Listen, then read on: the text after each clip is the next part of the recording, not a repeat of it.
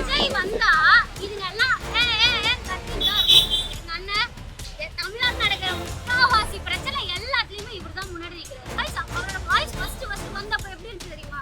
ஆனா இப்ப அவரோட வாய்ஸ் அது இல்லை. அவரை அந்த கேமரால அங்க மதுரையில கூட அந்த மாநாட்டில் அவர் பேசுறதை கேட்கும் போது அவ்வளோ வலிக்குது. நம்ம எல்லாரும் வந்து ஒற்றுமையா இருக்கணும். அந்த ஒற்றுமை இவங்க கிட்ட இல்ல, மக்கள் கிட்ட சுத்தமா இல்ல, ஒற்றுமையே இல்ல. அப்புறம் எப்படி நீங்க உங்களோட தமிழை மீட்டெடுக்கிறதுக்கு நாங்க மட்டும் போராடிட்டு இருக்கோம். போராடாத உங்களுக்கும் சேர்த்து தான் எங்க அண்ணன் போராடிட்டு இருக்காரு. நீ நாளைக்கு நல்ல சோறு சாப்பிடணும், நீ நாளைக்கு நல்ல காற்று சுவாசிக்கணும், நீ நாளைக்கு நல்ல தண்ணி குடிக்கணும் தான் ஒட்டுமொத்த பேருக்கும் சேர்த்து எங்க அண்ணன் போராடிட்டு இருக்காரு. நீ உன் வாய்க்கு வந்ததெல்லாம் பேசிட்டு உங்க இஷ்டத்துக்கு டைலாக் போட்டு போறீங்க. அவங்க இதெல்லாம் உனக்கு என்ன ஜாலியா இருக்கா? உனக்கு ஒரு வாட்டி அவங்க உழைச்சி சாப்பிடுற அந்த விவசாயிக்கு தெரியும் அவர் எவ்வளவு கத்துறாரு, ஏன் கத்துறாரு அவங்களுக்கு தெரியும். அவங்களுக்கு என்னைக்குமே நாங்க சப்போர்ட் பண்ணுவோம். அவங்களுக்கு சப்போர்ட் இல்லாம விடவே மாட்டாங்க. இந்த கட்சி ஜெயிக்கும். அதுக்கப்புறம் தமிழ்நாடோட அந்த பேச்சு என்னன்னு நீ அப்புறம் பாப்பேன். தனிமாவெல்லாம் எவ்வளவு தேடுறாங்க தெரியுமா?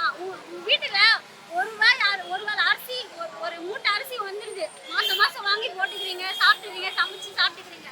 அந்த அரிசி எப்படி வருது? அதெல்லாம் உங்களுக்கு தானா அப்படியே ஸ்விக்கிலயோ ஜொமேட்டோல ஆர்டர் போட்டு வீட்டுக்கு வந்துருமா? 6 மாசம் 7 மாசம் 10 மாசம் வரைக்கும் உழைக்கணுங்க. ஒரு அரிசியும் அதை விதைச்சு அது அறுவடை பண்ணி எடுக்கிறதுக்குள்ள அவங்க எவ்வளவு போராடுறான். தண்ணி இல்லாம, மழை தண்ணி இல்லாம அங்கங்க எவ்வளவு இதுவா இருக்கு. ஆமா, அவர்தான் வரணும். கூல்ட்ரிங்க்ஸ் கம்பெனி அது இது சொல்லி அவ்வளவு லிட்டர் தண்ணிய கொள்ளையடிக்கிறாங்க. யார் அக்கௌண்ட் காசு அது? நீங்க பாட்டு தண்ணி எங்க வந்தா எடுத்து உங்க தண்ணி எல்லாம் வேஸ்ட் பண்றீங்க, ஜாலியா எல்லாம் பண்றீங்க. அப்புறம் தண்ணி இல்ல, வெயில் காலமா இருக்கு, தண்ணி இல்ல, தண்ணி வரல, எங்க வீட்டு டேப்ல தண்ணி வரலன்னா எப்படி வரும்? நீ பாட்டு எல்லாருக்கும் சப்போர்ட் பண்ணிட்டு போயிட்டா தண்ணிக்காக போராடுற ஒரு மனுஷன் அவரை நீ என்னைக்குமே மதிப்பு கொடுக்க மாட்டேற. அப்புறம் எப்படி உங்க வீட்டுக்கு மட்டும் தண்ணி வரணும் மட்டும் அப்படின்னு கேட்க முடியுமையா? தண்ணி வரணும்னா அதுக்கு என்னெல்லாம் பின்னாடி நடக்குது அப்படின்னு யோசிக்கணும். யோசிக்கிறதே கிடையாது. இந்த பச்சை டிகிரி எல்லாத்தையும் போய் கொளுத்திருங்கன்ற. நான் எதுக்கு படிக்கிறீங்க? படிக்கிறது எதுக்கு? சிந்திக்கிறதுக்கு தான். உன் மூளையை வந்து யூஸ் பண்ணு. இந்த புது ட்ரெஸ்ஸு, இந்த பொம்மைங்க இதெல்லாம் பண்ணுவோம். கவர் போட்டு அழகாக மூடி ஷோகேஸில் ஏன் வைக்கிறோம்? அது வேஸ்ட் ஆகிடக்கூடாது, அது அழுக்கு படிஞ்சிடக்கூடாது. இப்போ இருக்க முக்கால்வாசி யங்ஸ்டர் என்ன பண்ணுறான்? இந்த மாதிரி படித்தவன் என்ன பண்ணுறான்? மூளையை கவர் போட்டு ரேப் பண்ணி ஓரமாக வச்சிடறான். எதுக்கு? அந்த மூளையை நீ வச்சுக்காத. விஜய் ஒரு மாற்றமா இருப்பாரு அப்படின்னு சத்தியமா கிடையாது சார், சத்தியமா கிடையாது. விஜய் வந்தா இதுங்கெல்லாம் கத்தின்னு தான் இருக்கும். அறிவே கிடையாது, கத்துறது மட்டும்தான். இன்னொன்று முக்கியமான ஒரு கேள்வி நான் கேட்கணும்.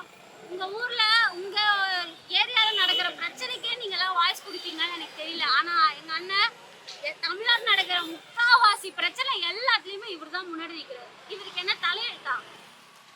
அவரோட ஹெல்த் எவ்வளவு பாதிக்குது. அவரோட வாய்ஸ் ஃபர்ஸ்ட் வந்தப்ப எப்படி இருந்துச்சு தெரியுமா? ஆனா இப்ப அவரோட வாய்ஸ் அது இல்லைங்க. அவரை அந்த கேமரால அங்க மதுரையில கூட நடந்த மாநாட்டில் அவர் பேசுறதை கேட்கும் போது அவ்வளோ வலிக்குது எங்களுக்கு. இவ்வளவு கத்துற ஒரு மனுஷனை இழந்துட்டீங்கன்னு வச்சுக்கோங்களேன். தமிழ்நாடு இதுக்கப்புறம் இது மாதிரி ஒரு தலைவனை எதிர்பார்க்க கூட முடியாது. இதுக்கப்புறம் இப்படி ஒரு தலைவனா கிடைக்கவே மாட்டான். நீங்க இப்போ இல்ல, இந்த ஜெனரேஷன்ல யோசிக்கிறதுக்கே உங்களுக்கு அறிவு இல்லைன்னும் போது இவரோட கொள்கை அளவுக்கு யோசிக்கிறதுக்கு உங்களுக்கு இன்னும் எத்தனை வருஷம் தேவைப்படும் தெரியுமா? அடிப்பட்ட ஒருத்தனால மட்டும்தான் இவ்வளவு யோசிக்க முடியும். இது இன்னைக்கு மலையெல்லாம் உடைக்கிறாங்க, எல்லாத்தையும் உடைச்சு குவாரி எல்லாத்தையும் உடைச்சு எடுத்துட்டு போய் சுரண்டி என்னென்னவோ பண்றாங்க. நான் கேட்கிறேன், நீ வந்து இப்போ ஒரு ஏதாவது ஒன்று டூர் வராங்க இல்லையா, ஆத்துல அங்கெல்லாம் டூர் வாரி ஆறை திரும்ப எடுக்க முடியும். அந்த இதுவெல்லாம் பண்ணிட்டு குட்டை குளம் அதெல்லாம் டூர் வாரி திரும்ப எடுத்து வர முடியும். ஆனா உங்களால மனுஷங்களாலன்னு சொல்றேன், மனுஷங்களால என்னைக்குமே ஒரு மலையவோ ஒரு கனிம வளத்தையோ உருவாக்கவே முடியாது. அது இயற்கையா உங்களுக்கு கொடுத்தது. அதை அழிக்க ஒருத்தன் கிளம்பி வரானா அவனை ஏன் ஆதரிக்கிறீங்க? அதை முதல்ல நிப்பாட்டுங்க. அப்பதான் உங்களுக்கு தமிழ்நாட்டுக்கு விடிவு காலம் வரும். மலையெல்லாம் நீ நினைச்சா நான் நினைச்சாலாம் உருவாக்க முடியாது. அது இயற்கை நமக்கு கொடுத்த சொத்து. அப்படி பார்த்தா நம்ம இமயமலை தூக்கி பாகிஸ்தான்காரனு கொடுத்து நம்ம போக வேண்டியதானே? எதுக்கு நம்ம பாட்டு வரணும்? இமயமலை எதுக்கு சண்டை போடுறீங்க? அது ஏன் பிடிச்சி வச்சிருக்கீங்க? அது போய் கொடுத்துட வேண்டியதானே? மலைன்றது நமக்கு சொத்து மாதிரிங்க. இயற்கை தாய் கொடுத்த சொத்து. அந்த மலையை உடைச்சு அவ்வளோ பண்றானுங்க, அவ்வளோ பிரச்சனை நடக்குது. அது எதுவுமே உங்க கண்ணுக்கு தெரியாது. ஆனா அண்ணன் சைலண்டா இதுக்கெல்லாம் குரல் கொடுத்துட்டு இருக்காரு. ஜெயிச்சிருவாரா இந்த வாட்டி 26ல ஜெயிச்சிருவாரா? கண்டிப்பா ஜெயிக்கணும். அது ஜெயிக்க வைக்கிறதுக்கு எங்களால என்ன பண்ண முடியுமோ அதுவும் நாங்களும் பண்ணிட்டு தான் இருக்கோம். எங்களால முடிஞ்ச எங்களுக்கு தெரிஞ்சவங்க எங்களோட சொந்தக்காரங்க எல்லாருக்குமே நாங்க வந்து பரிந்துரைக்கிறோம். தெரிஞ்சவங்க சொந்தக்காரங்க மட்டும் இல்லை, இங்க தமிழ்நாட்டில் இருக்க ஒருத்தட்டையும் நான் மனசார கேட்டுக்கிறேன், தயவு செஞ்சு நான் இன்னைக்கு ஜென்ரேஷனுக்காக நான் பேசல, இதுக்கப்புறம் இன்னும் வர எல்லா ஜென்ரேஷனுக்கும் ஒரு முன்மாதிரியா இருக்கிறது இந்த சீமான் அவருடைய இந்த கொள்கையும் அந்த ஆட்சி வந்தாதான் இதெல்லாம் நடக்கும். அப்படின்னா தயவு செஞ்சு அந்த ஓட்டை அவருக்கு போடுங்க. உங்களுக்காக மட்டும் நான் பேசல, உங்களுக்கு அடுத்த ஜென்ரேஷன் வரும் இல்லையா, அந்த ஜென்ரேஷன் நல்லா இருக்கிறதுக்காகவும் சேர்த்து தான் அண்ணன் போராடுறாரு. அதை தயவு செஞ்சு கொஞ்சம் புரிஞ்சுக்கோங்க. உங்க வீடு நல்லா இருந்தா மட்டும் நினைக்காது, அது சுயநலம் பார்க்காம பொதுநலமா யோசிங்க. அப்போ சீமானோட கருத்துக்கள் எல்லாம் உண்மை, அது நல்லதுன்னு அப்பதான் உங்களுக்கு புரிய வரும்.